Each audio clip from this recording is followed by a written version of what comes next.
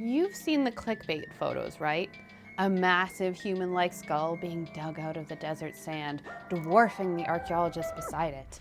A headline screams, "Smithsonian admits to destroying thousands of giant skeletons."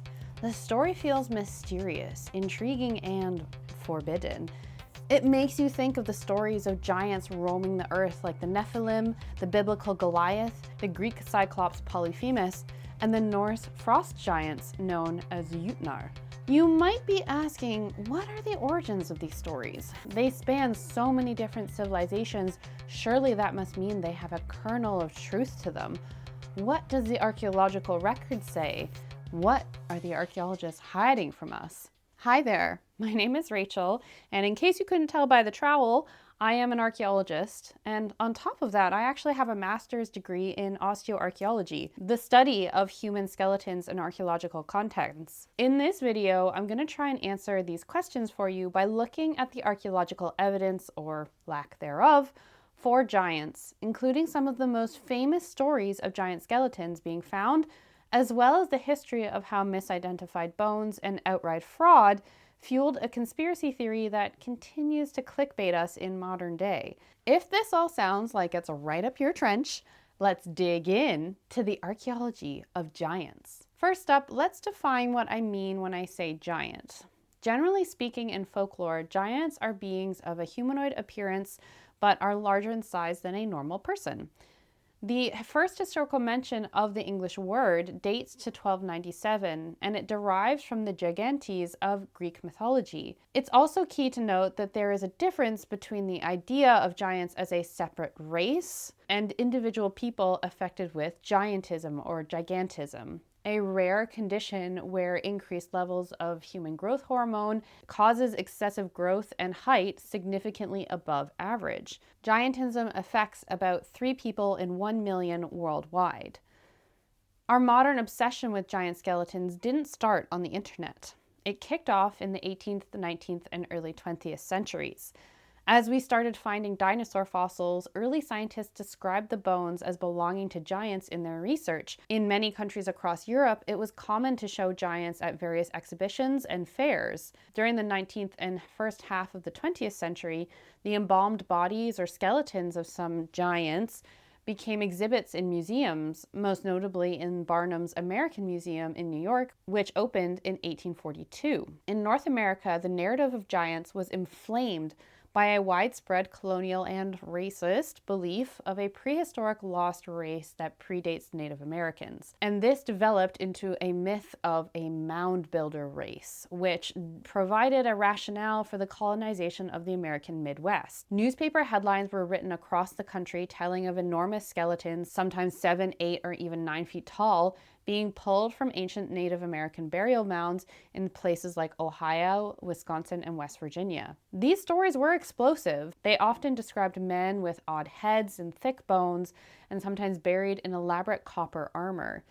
Sensational articles like one from 1912 about 18 skeletons found near Lake Delavan, Wisconsin, by the Phillips brothers fueled this public imagination. But as the years went on, a strange thing happened. The 7-foot skeletons from Delavan mysteriously shrank in later accounts, and the bones, well, they conveniently vanished, as so-called profound and contrary evidence seems to have a way of doing when needed to verify it. It's worth noting that many of these stories come from a time when we were just figuring out 2 things: the existence of dinosaurs and other megafauna, and archaeology in general, but specifically methods for analyzing a skeleton's sex, age, and height.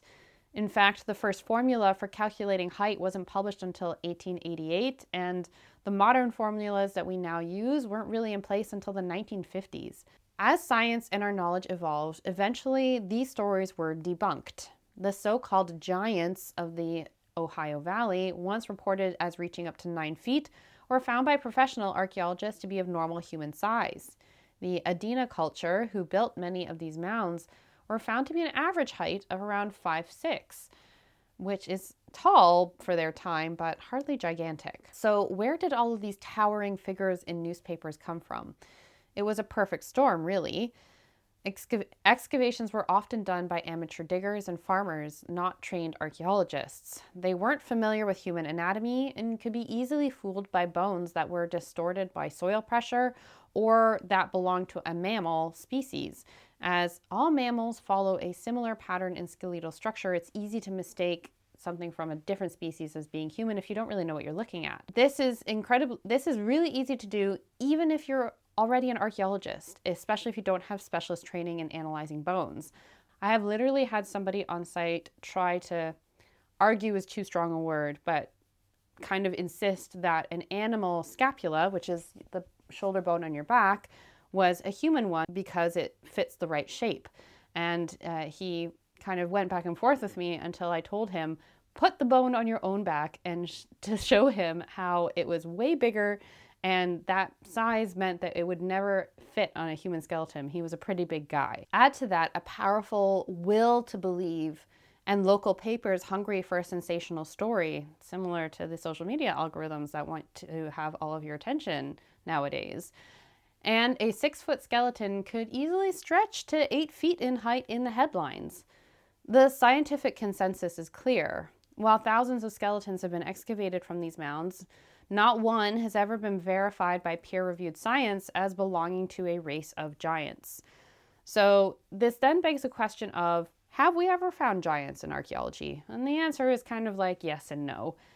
We have found people with individual cases of giantism in the archaeological record, but it is extremely rare. In 1991, a dig near Rome found a 3rd century CE skeleton of a 16 to 20-year-old man who had gigantism.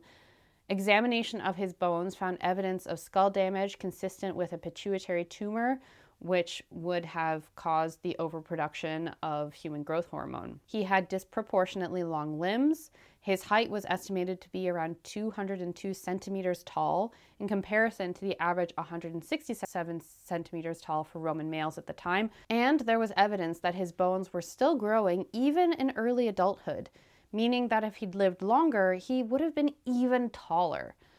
His early death might also point to the fact that he had gigantism, which is associated with cardiovascular disease and respiratory problems that can cause an early death. In addition to the Roman giant, the oldest known case of gigantism comes from the alleged remains of the ancient Egyptian king Sennacherib. His remains were found in 1901 in the Mastaba K2 tomb near Beit Khalaf in Egypt, which is estimated to date to the 3rd dynasty, which corresponds to roughly 4,700 years ago. So it's not certain whether the remains are really those of King Sennacherib or somebody else, but what we do know is that this man was probably a giant. His long bones, so the bones of his arms and legs, show signs of exuberant growth that we associate with gigantism, although the dimensions of his face do not. It was estimated that he was around 1.8 meters tall, while the average Egyptian male at that time was 1.67 meters tall. And what about giantesses? Giantism isn't something that only affects men. Just outside of a medieval church in Poland, archaeologists have unearthed the strange burial of a giantess.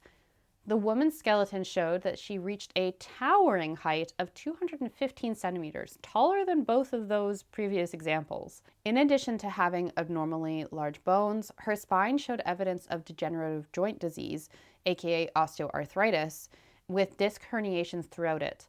Probably as a result of her height and body weight.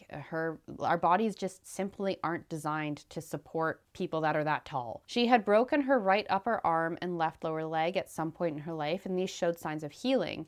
And this can also be attributed to her condition because giantism affects bone mineral density and results in weak bones. Additionally, small nodes on her ribs suggest that she suffered from a lung inflammation. Her survival to middle adulthood, together with evidence indicating that she probably received care for her broken bones, suggests that she was not rejected by her society and instead was fully part of it. And while there are these 3 individual instances, they are separated quite a bit throughout time and space, and this does not make a case for a separate giant population to have existed. To put this in perspective, thousands of skeletons are excavated each year across the world. So to only have 3 cases kind of actually corresponds to the 3 in a million statistic that we have today for people being affected by giantism. To be a plausible case of a separate race spread across the world inspiring giant folklore, you would need much more evidence, not only of adults being buried, but also children, and you would want to see these people being buried in communities. All these cases are isolated incidents.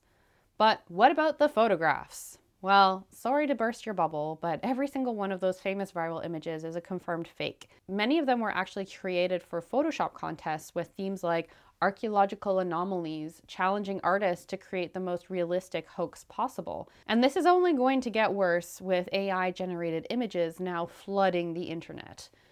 And faking giants isn't limited to pictures.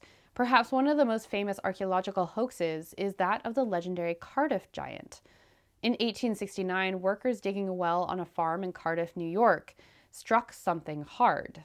It was the body of a man, seemingly petrified in stone, and he was over 10 feet tall. The public went absolutely nuts for it. Thousands of people paid 50 cents each to gaze upon the petrified man.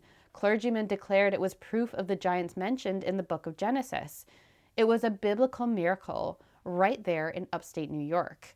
Except it wasn't. The Cardiff giant was the creation of atheist George Hull, who had gotten into an argument with a reverend about taking the Bible literally. Annoyed by what he saw as total gullibility, he decided to teach everyone a lesson. He hired men to quarry a massive block of gypsum, had it secretly carved into the shape of a man, and even used stains and acids to make it look ancient, beating it with needles to simulate skin pores before burying it on his cousin's farm. The hoax was a smash hit. Even after scientists looked at it and said that it was a freshly carved statue, the public did not seem to care.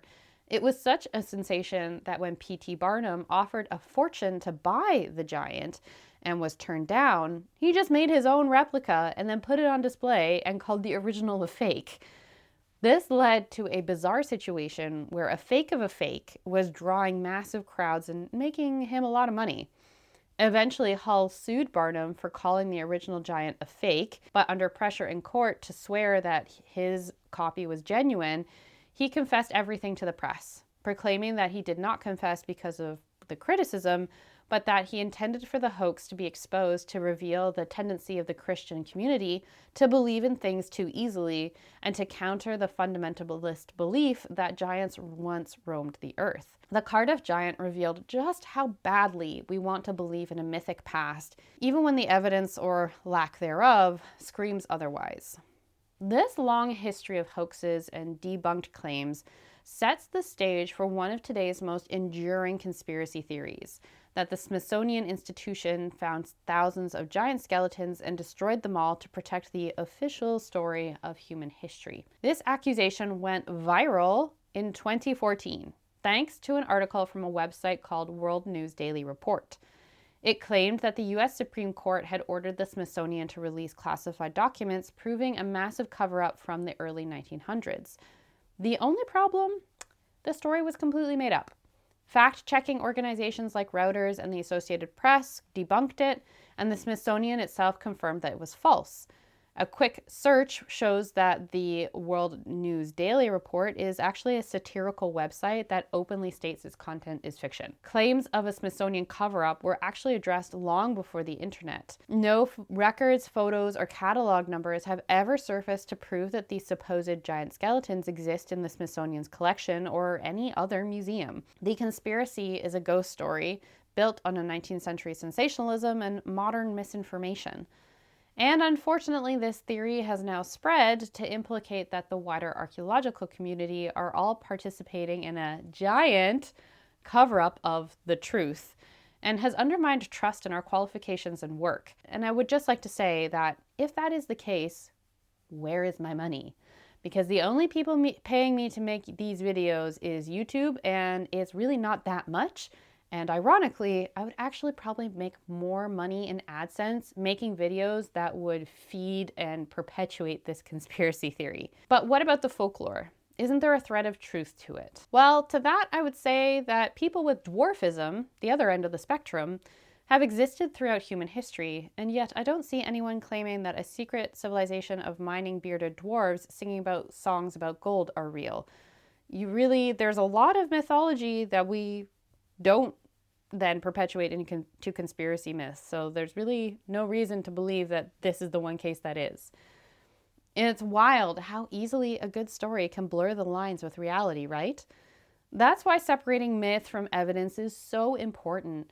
But when the evidence isn't there, maybe let's just leave the myths where they've always been, in the realm of story, metaphor, and faith, and stop bullying archaeologists who just want to get on with their real, massively underpaid work. That's everything for today. Don't forget to subscribe, comment, or like the video before you leave. If you're feeling extra generous, you can give me a super thanks or a Ko-fi donation. And if you appreciate these kinds of deep dives that challenge what we think we know, make sure to subscribe and hit the notification bell so that you don't miss our next adventure inside archaeology.